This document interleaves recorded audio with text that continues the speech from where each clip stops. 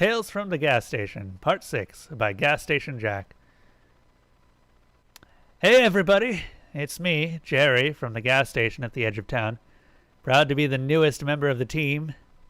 The owners were so impressed with how I managed to stay inside the store for several days without leaving or going insane that they offered me a full-time position, while the regular clerk is out recovering from his leg injury. Happy Monday, y'all! The other guy asked me to do him a small favor while he was getting some much-needed rest and relaxation. He gave me the password to his laptop and detailed instructions to transcribe his journal entries from last week. In exchange, he agreed to keep me on as a full-time assistant after he gets back. I get to learn what to expect on the job through first-hand documentation, and he gets to continue his weird little blog thing. Now that's what I call win-win. If I'm being honest, this is probably the best thing that could have happened to me right now. Ever since the program mysteriously dissolved at the Mathmatist community, I've been feeling very lost and vulnerable. I've been losing weight and having trouble sleeping, and when I do, I keep having these weird dreams of some enormous being deep below the gas station, waiting to devour us all. Clearly, a mistake was made, and I was overlooked. If any of my old brothers and sisters are out there and see this post, please, please, please contact me. Tell the seniors they forgot me. I'm not mad. I miss you. I love you.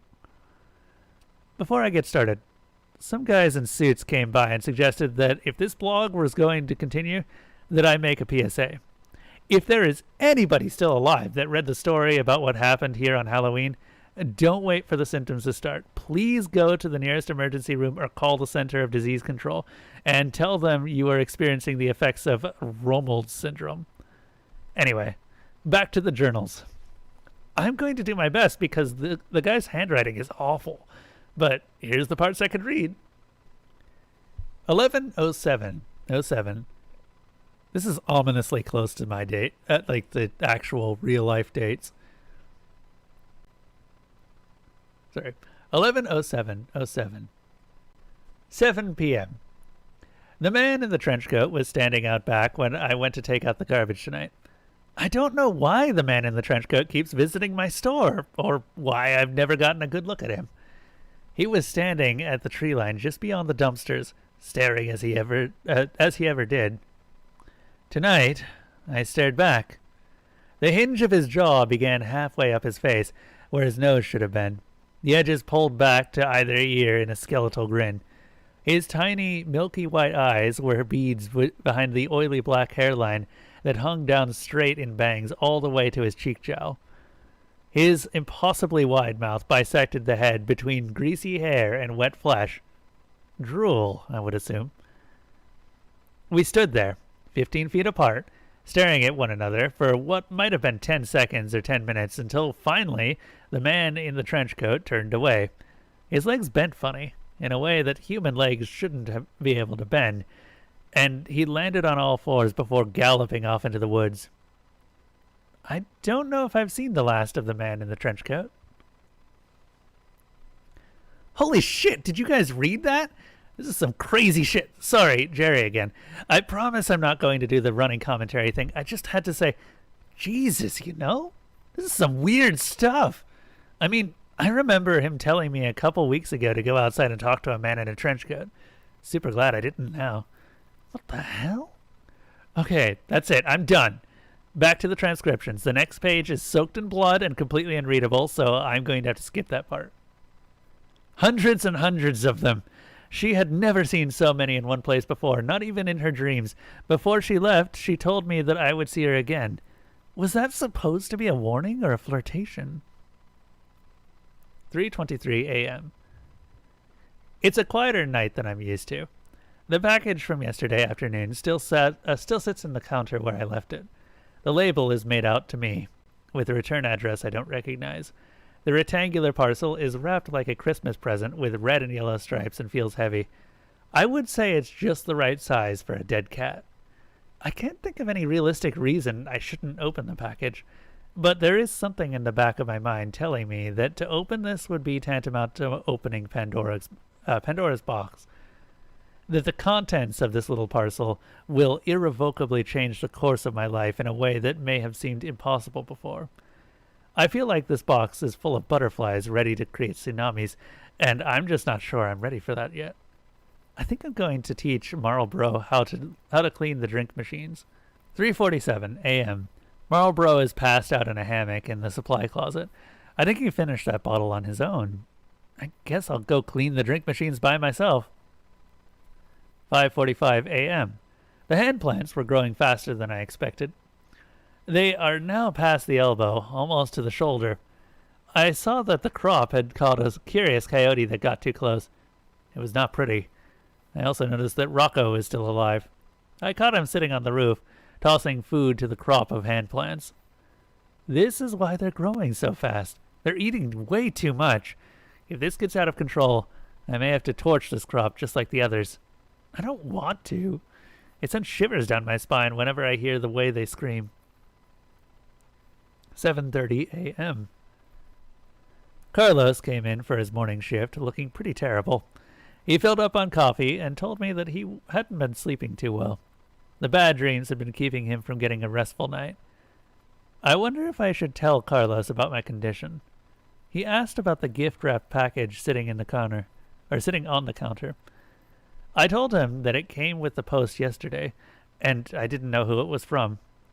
He asked if I was going to open it, and I told him that I had a bad feeling and pretty much decided to never open it. 10 a.m. I decided to open the package. Without any fanfare or drumroll, I'll just tell you that what I found inside was a brand new laptop computer. I've never owned my own laptop before, and the only computer that ever belonged to me was a crappy little Tandy 1000 that I put together as a kid. I've always used the library computer lab or the browser on my phone to access the internet. This could be a game changer. The box also contains a signal repeater and some other gizmos.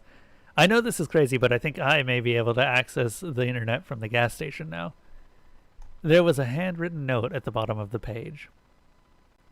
Hello. I left a comment on your page. There's something I want to tell you. I'm enjoying reading these stories you're writing, but I think if you actually sit down and write out one story at a time, that you'll get a lot more upvotes. It's very good, and I'm not saying it's bad, but it right now seems like a lot of half stories thrown together. I think you'd do great if you actually write out a whole story at a time. I bet you really could get a lot of upvotes and attention. It gets kind of confusing right now. Maybe start when you got there and work your way up to now. I bet that would be super awesome. I'm so fascinated, but a little muddled as well. I can tell you have a great talent for writing, but I just thought maybe I'd offer a suggestion to help. Please do not take offense. It's just something I was thinking. Hope all is going well for you. Great. Another one of my readers tracked me down. I'm going to have to figure out how people keep finding me and put a stop to this. Thank you, whoever you are, for the laptop. I'm definitely keeping it.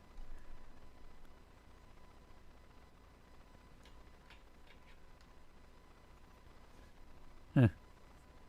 10:15 a.m. I turned on the Wi-Fi and noticed that for some reason, there are dozens of secured networks all around the gas station, most of which have 4 or 5 bars. The names for the networks are pure gobbledygook like this one. 1E7G7C7TA11 Guy 232331324. Who the hell is transmitting Wi-Fi out here? 11 a.m. A man came into the store to buy a gas can a couple of hours ago. I didn't think much of it at the time, but then he came back in asking if we could help him with something down the road. I never got his name, but he was a big guy, tan skin and a thick beard. He said he was having car problems. I told him I wasn't a car guy, but he insisted that he didn't need a car guy, he just needed someone else to see what he was seeing. Marlboro agreed to watch the counter while Carlos and I followed the bearded man down the hill, around the curve, close to the spot where Carlos saw that thing in the woods. He couldn't remember what happened that night. After we got everything sorted out with Spencer and things started to go back to normal, I asked Carlos what it was he saw in the woods that sent him running in such a careless panic. But he just shook his head and said he didn't know. The mind is a funny thing, and memories aren't the most reliable. I realize that I'm not the only person from the gas station with a list of try-and-forget stories. The man's car was parked on the side of the road, close to the same spot that Kiefer's SUV was broken down. "So my car was acting funny," the guy said as he neared his vehicle. I began to wonder why we had walked this whole way, when our own vehicle would be quite useful in case of a dead battery or random bear attack. The guy kept going. "I pulled out onto the side of the road when my electricals all started going haywire. I killed the engine, and then when I tried to turn it on again, nada." I could see at this point that the hood was open. The man was driving a big black SUV similar to the one Kiefer owned, but newer and shinier. "I don't see what's so weird about that. You need us to call a tow, or—" The man cut Carlos off, rudely, I might add. "I popped the hood, but everything was in order. I thought it maybe just needed some gas, so I went up to the station. Then when I got back, I saw this." We rounded the front of the car and saw this he was being so vague about. A small oak tree, maybe 4 or 5 years old, was growing up from the ground beneath the car, through the engine, and stretched upwards at least 9 feet. The trunk of the tree had swallowed a decent portion of the engine, and from the looks of it, the car had been parked there for years. "Interesting," I said. "And you're sure that wasn't there when you started driving?" Before he could answer, he spun his head around and looked at the forest. "You boys hear that?" he asked. We stood still and listened, but couldn't hear anything. "No," I answered. Carlos shrugged. "You boys know what an anglerfish is?" the bearded man asked as he walked to the back door and opened it. "Yeah, I guess," I answered. The bearded man pulled up a secret compartment from beneath the floorboard and retrieved a large automatic rifle. I'm not a gun guy, and I can't tell you what kind of gun it was, but it was big and cool looking. The guy checked the clip and clicked something on the gun that could have been the safety. Again, I'm not a gun guy, but it sounded super cool. Carlos put a hand on my shoulder and slowly backed away from the man with the gun, pulling me with him. But the man didn't seem to mind us one bit. He was focused on whatever he had heard in the woods. "If I'm right, you boys have an anglerfish in them woods. It's putting something out there to lure me in. Makes me think I'm hearing something that I'm not. Then when I go looking for the one thing, bam, it attacks." "Oh, like a siren?" I asked. The man looked at me over his shoulder with a smirk and said, "Yeah, like a siren. Y'all may want to get out of here. This could get dangerous. Don't worry about me. I've dealt with these things before. I'll be fine." The man pointed the gun and marched into the woods while Carlos and I made our way back to the gas station. 2 p.m. It's time for me to go home. I wasn't used to the laptop yet, but maybe tomorrow I'll start to type up these journals. 11:08. 6 p.m. It's getting dark so early these days. I noticed that the bearded man's SUV is still at the bottom of the hill with a tree growing through it. I wouldn't call that a good sign. 11. I burned the rest of the hand plants. I finally know what's going on. A long time ago, I noticed what looked like a strange mushroom growing in a patch near the dumpster behind the gas station. I didn't think much about them, except that it was strange that Rocco's brood wouldn't go near them. When I took a closer look, I could have sworn they looked just like baby fingers poking out of the ground. As the weather got warmer, I kept an eye on the crops. They started getting longer and looking more and more distinguishably similar to human fingers. I swear they even started growing fingernails. Sometimes I would see them bend at the digits and squash a bug that wandered too close. Eventually, the mushrooms started sprouting leaves, and the finger sections continued to stretch out, creating what could only be described as hands. Human hands. They would ball up into fists during the daytime and open in the moonlight. I dug one of them up one day when we were really slow at work, and I called Farmer Jr. to ask for his professional opinion. To the untrained eye, the hand plant looked just like a regular human hand, smaller than an adult's, but larger than a child's. Adolescent. Teenager, maybe. At the wrist, it turned into a gnarled root that smelled like sassafras, and throughout the plant, tiny leaves were sprouting. Farmer Jr. stood in the gas station, looking it over for a while before he asked me if we had any more of those things. I lied and told him no. I asked the owners what they wanted me to do. They thought it over for a few days, and then told me to keep them. I think they expected to be able to make some money off of them somehow. But eventually, everyone forgot they were there. Everyone but me. And Farmer Jr., of course. I was thinking about the bearded man when I first heard the sound of a baby crying somewhere outside. I was alone in the store, and my first instinct was not the heroic one that people may have had, to run outside and see where the poor baby was. My first instinct was more callous and rational and in the form of a question. How the hell did a baby get way out here without me hearing it coming? Something wasn't right. The sound of the cries, which I could deduce were coming from the tree line, were getting louder and louder and more more desperate. I looked around for Marlboro, but couldn't find him anywhere. If I was going to investigate the potential forest baby, I was going to have to do it alone. I remember the bearded man was hearing the siren call of the thing he called an anglerfish. I remember Carlo's sound of crunching and the strega. And absolutely no part of me believed I would be safe if I went into the woods, or that there was really a baby crying out there. But what if? I grabbed a flashlight and went out back.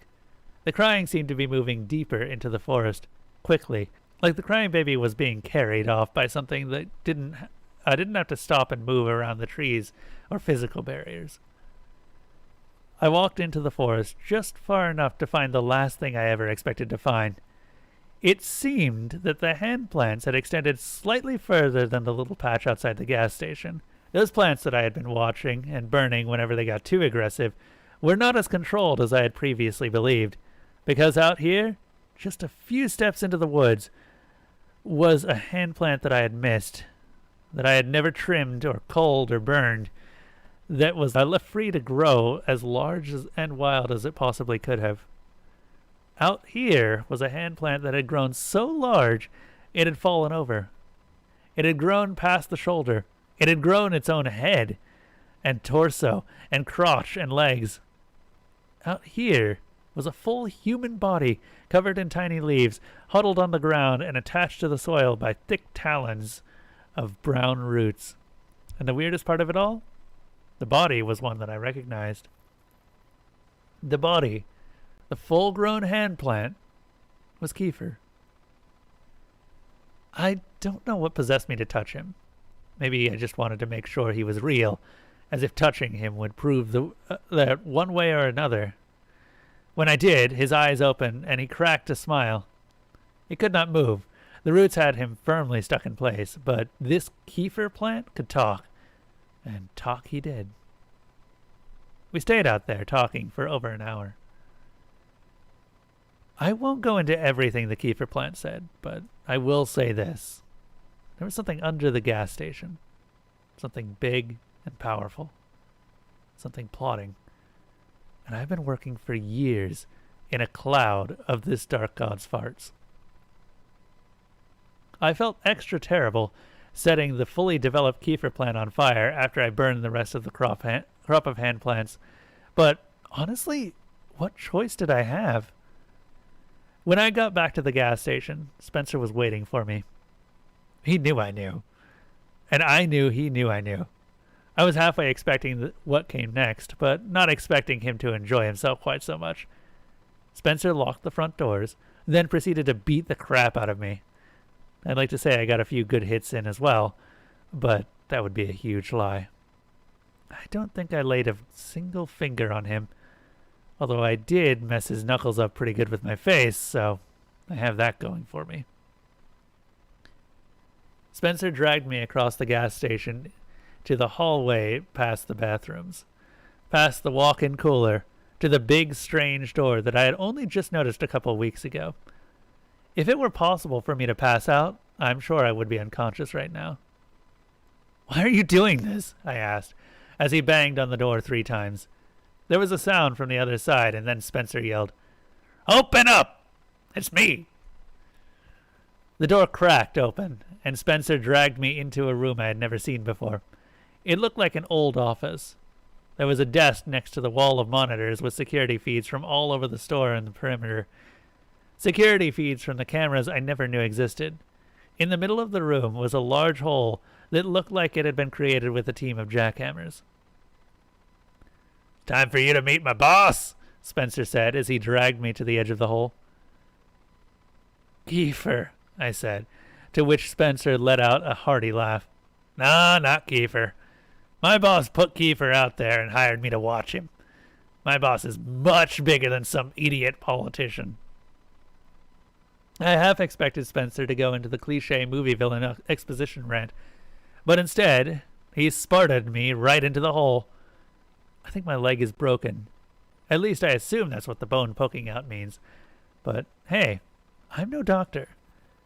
I would be really worried right now if it weren't for the fact I stole Spencer's cell phone in the scuffle. Just as I expected, Spencer has the same network as Kiefer, which means he somehow has service. I put in a call to Tom's direct number, so I'm sure he'll be along shortly. Until he gets here, I'm just passing the time updating my journals. Someone just dropped the laptop into the hole with me. Maybe it was Spencer? Maybe he thinks I'm dead? Maybe I am. Again, I'm not a doctor. Whoever it was, I think I might have heard the sound of boot spurs clicking against the tile as he walked away. I guess I'll boot this thing up and start transcribing my journals before it's too late. Okay, so this is the last of his journals. You're probably wondering to yourself, where was Jerry while Spencer was beating the crap out of poor old Jack? Well, I was gone into town to see a movie. Yes, I went and watched Thor Ragnarok. If you haven't seen it, go see it. It was awesome. I guess I'm lucky I went when I did. Otherwise, Spencer guy might have tossed me into that hole as well. I was the one who found Jack. When I came back to the gas station, I couldn't find anyone anywhere, so I went searching until I noticed that that door at the edge of the hall cracked open slightly. I also found a really poorly made bomb behind the register, but it didn't take long to disassemble. You can thank my mandatory bomb building classes at the mathematist program for that. No big deal, just me being my typical heroic self. I asked Carlos to help me haul Jack back out of the hole, and then Carlos moved him to an undisclosed location for a few days while his leg mends. When he gets back, I'll let him have his laptop to continue this little blog thing. Until then, it's just me and Carlos and the raccoons. How does Jack usually end these things? Oh yeah, to be continued. Edit. I just caught myself digging.